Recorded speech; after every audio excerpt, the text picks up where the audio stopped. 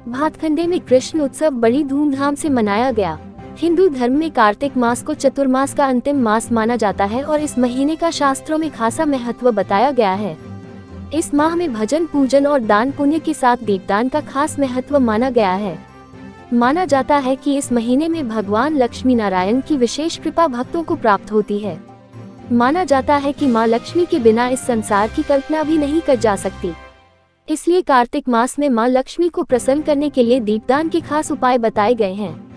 आइए जानते हैं इस बारे में विस्तार से। साथ ही दीपदान के साथ ही गंगा रंग कार्यक्रम भी प्रस्तुत किए गए। भातखंडे की मशहूर नृत्यिकाओं उपासना श्रीवास्तव पूरा टूरुप है जिन्होंने ये कार्यक्रम प्रस्तुत किया। लखनऊ से आतिफ लुकमान की रिपोर्ट।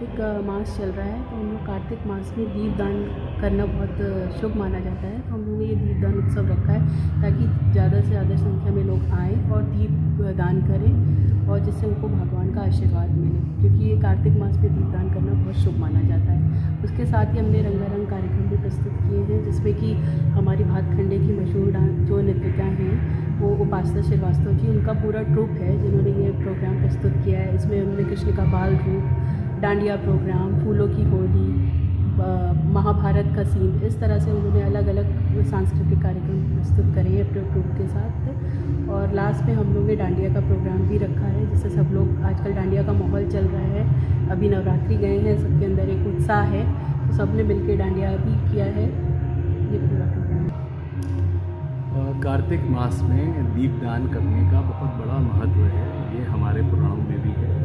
और क्योंकि कार्तिक मास चल रहा है, इसके साथ साथ दामोदर भगवान के समक्ष दीपदान किया जाता है, तुलसी जी के समक्ष दीपदान किया जाता है। और उसी के साथ कृष्ण रास का भी आज कार्यक्रम है।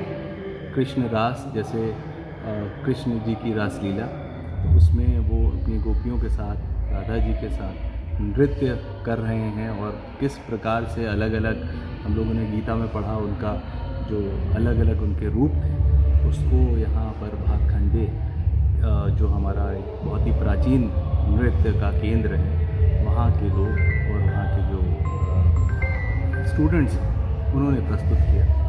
और आज उसको पूरा दोनों को जोड़ के एक समायोजन बना के प्रस्तुत किया। दीपावली, जैसे कि आप सब जानते हैं कि भगवान राम अयोध्या नगरी पहुँचते हैं और क्योंकि उन्होंने रावण पे विजय हासिल की है, इसलिए पूरा अयोध्या दीपक जलाता है और उस दीपक से प्रज्वलित करता है। पूरे प्राचीन काल में किसी प्रकार की कोई बिजली नहीं थी, तो दीपक जला के एक तरह से रोशनी की जाती है। तो अंधेरे पे रोशनी की जीत हुई है और उसी का आज तक हम पर्व मनाते हैं।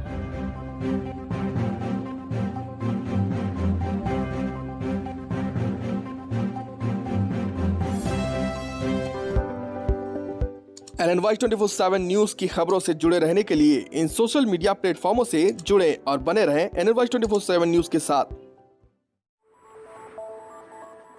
NNY 24/7 news, the smart generation web and digital media.